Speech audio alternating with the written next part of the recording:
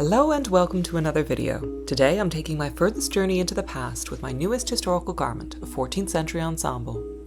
Using both modern and historical techniques and tools to achieve a historical look, I made a kirtle and a surcoat, along with a matching fillet and veil.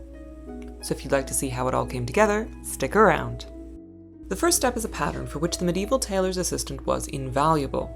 Here you see me taking the measurements for and then drafting a bodice block. If you are making a close-fitting garment like my kirtle, you will need a bodice block. If a looser fit, like an earlier coat, you will not. Looser fitting garments are based on rectangles and right angle triangles, and you can lay the pieces out in such a way as to be able to fit everything selvage to selvage with almost no waste at all. More advanced sewing and cutting techniques that developed toward the end of the period meant the addition of some curved seams where there had originally only been straight ones. Curved seams allow for a closer fit, but they also waste fabric. For me, however, the garment was for a wealthy and stylish lady with money to burn and fabric to waste, so I could create the fitted style. The pattern is simple and made of only 3 pieces, front, back, and sleeve, cutting 2 mirrored pieces of each. Here you can see me cutting out the front pieces by using my pattern block and extending it to create a skirt, a process that was identical for the back pieces. Since I was quite confident in my pattern, I cut this from fabric I intended to use as lining.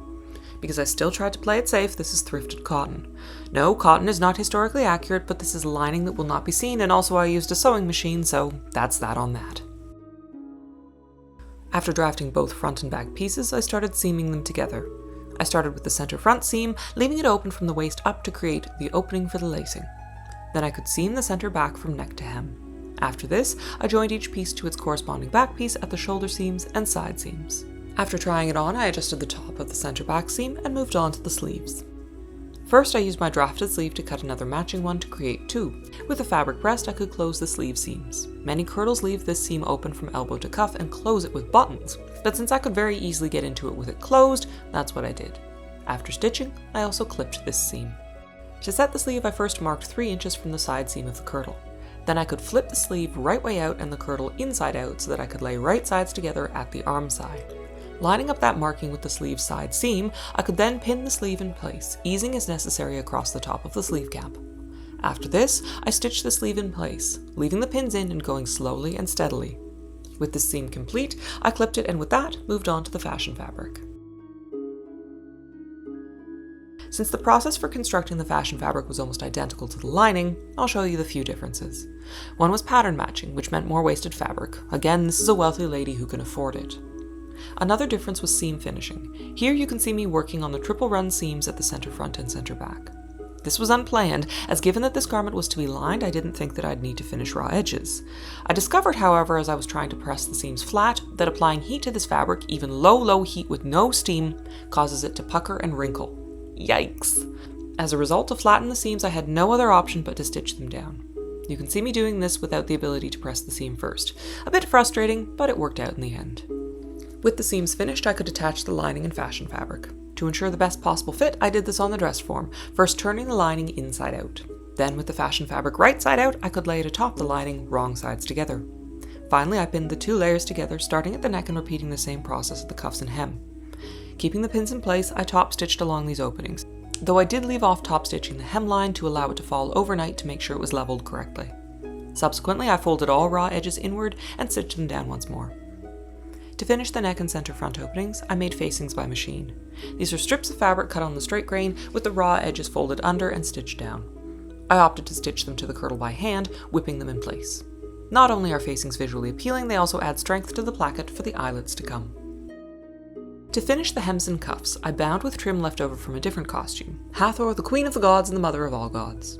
To bind, I did the usual method, right sides together, flip the binding over the raw edge and fold under, and stitch in the ditch to finish.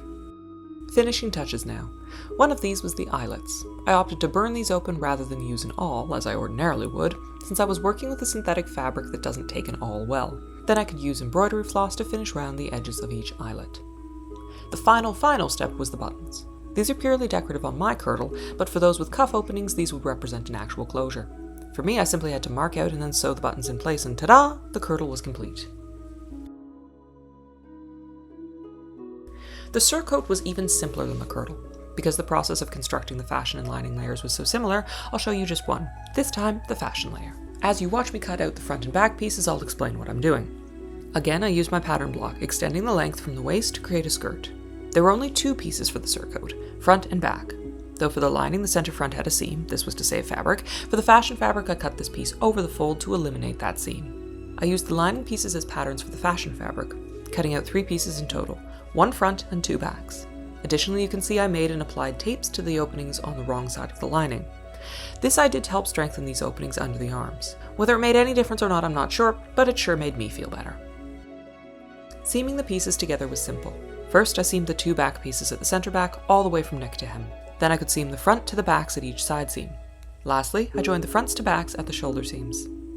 The lining was constructed in the same way with the addition of that center front seam. To affix lining and fashion layers, I laid them on the dress form, wrong sides together.